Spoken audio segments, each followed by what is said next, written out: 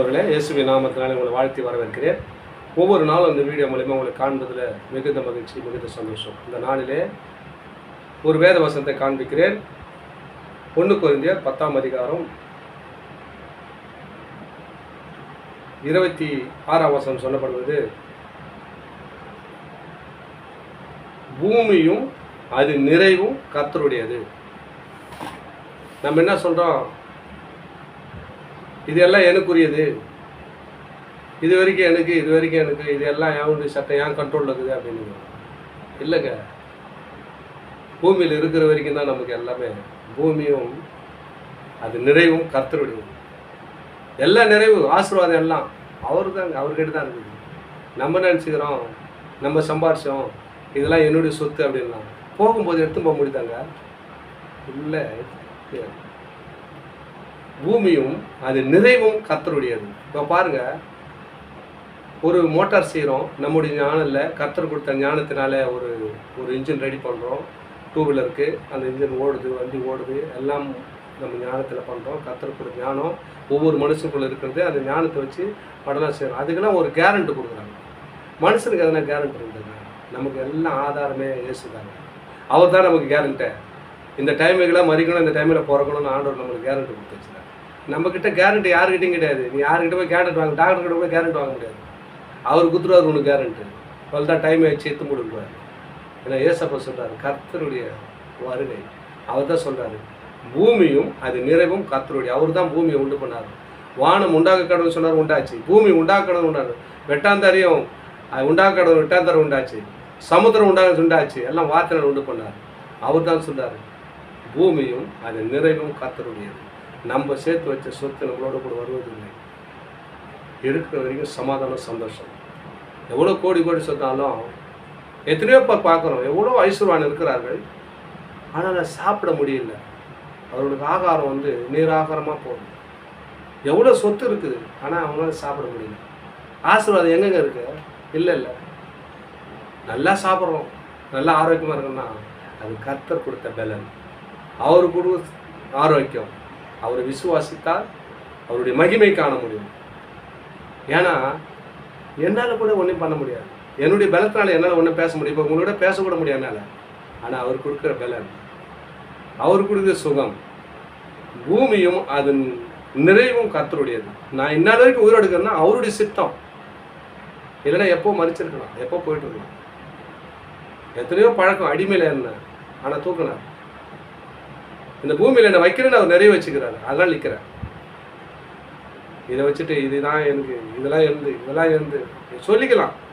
நிரந்தரமாக நம்ம இதை எடுத்து போக முடியாது, இது பண்ண முடியாது. இருக்குன்னு யாருன்னா சொல்ல முடியுமா? நான் கடைசி வரைக்கும் இதிலே தான் நிற்பேன்டான்னு சொல்ல முடியுமா? இருக்க முடியாதுங்க. ஒரு நாளைக்கு நம்ம போய் தான் ஆகணும். பிறப்பது ஒரு நாள், மரிப்பது ஒரு நாள். அது நிச்சயம் மனுஷனுக்கு நியமிக்கப்பட்டிருக்கிறது. இதில் யாரும் மாற்றம் கிடையாது. அது இடையில வாழும்போது மக்கள் மத்தியில் நிறைவான ஆசீர்வாதத்தோடு வாழும். பூமியில் எவ்வளோ நிறைவு இருக்குதுங்க பாருங்க. எவ்வளோ நிறைவான ஆசீர்வாதம் தெரியுமா? நம்ம அதெல்லாம் அனுபவிக்கல. குறைவான ஆசீர்வாதத்தை நம்ம போய் நிற்போம். எதனா ஒருத்தனை கெடுக்கணும், ஒருத்தனை பண்ணணும், அந்த ஆசீர்வாதம் நிறைவு. அதை எடுத்து வச்சு நம்ம ஆசீர்வாதமாக வாழணும். அது நிறைவான ஆசீர்வாதம் கிடையாதுங்க. ஒருத்தனை கெட்டு ஒருத்தனை வாழ வைக்கிறது, ஒருத்தனை கெடுக்க வச்சு நம்ம வாழ்றது, அது வாழ்க்கை இல்லை. அது நிறைவான ஆசீர்வாதம் இல்லை. அதை எடுத்து போக முடியாது. நீ இங்கே தான் பூமியில் இருக்கும். அதுதான் ஆண்டு சொல்கிறார், பூமியும் அது நிறைவும் கர்த்தருடையதுப்பா. நீ எது சேர்த்து வச்சாலும் நீ எடுத்து போக முடியாது, கொண்டு போக முடியாதுட்டார். அது அவருடையது. அங்கே தான் பூமியில் தான் இருக்கும். உன் பிள்ளை ஆளுவான், பிள்ளைக்கு பேர பிள்ளை ஆளுவான், அப்படி தான் போயிடும். அது நிறைவாக நீ எடுத்து போக முடியுமா சொல்லு? நான் சேர்த்து வச்சேன், அவளை கஷ்டப்பட்டு எடுத்து போக முடியாது. எல்லாம் அவருடையதுங்க.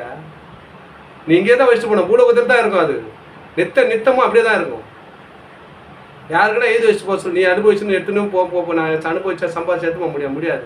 அதுதான் அந்த விளக்கம் கொடுக்குற ஆண்டவர். பூமியும் அது நிறைவும் கர்த்தருடையது. ஒருவரும் தொட்டு பார்க்க முடியும். நீ சேர்த்துக்கலாம், ஒருத்தனை அபகரித்து உணர்த்தம் பிடுங்கலாம். ஆனால் பிடிச்சி என்ன பண்ண முடியும்? நீ அதை எடுத்துன்னு போக முடியாது தம்பி. இங்கே தான் இருக்கும். அவருடையதுப்பா. இருக்க வரைக்கும் ஆண்டு அனுபவிச்சுக்கோ. ஒருத்தனை அடிச்சு போயிட்ட போல அது அங்கே தான் இருக்கும்.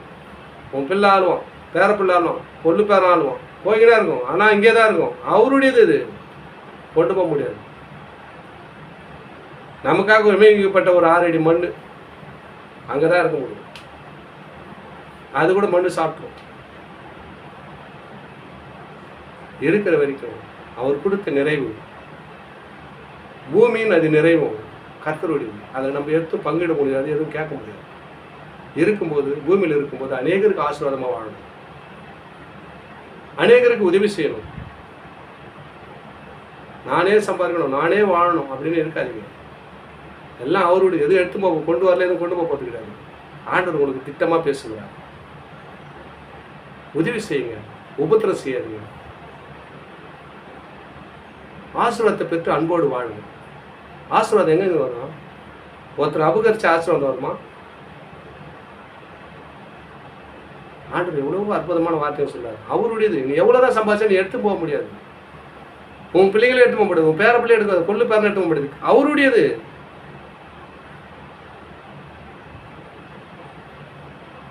ஒரு மோட்டார் ரெடி பண்ணுறோம், எல்லாம் பண்ணால் இன்னொருத்தர்கிட்ட வேணா இன்னொருத்தர் கை மாறி போயின்னு இருக்கும்.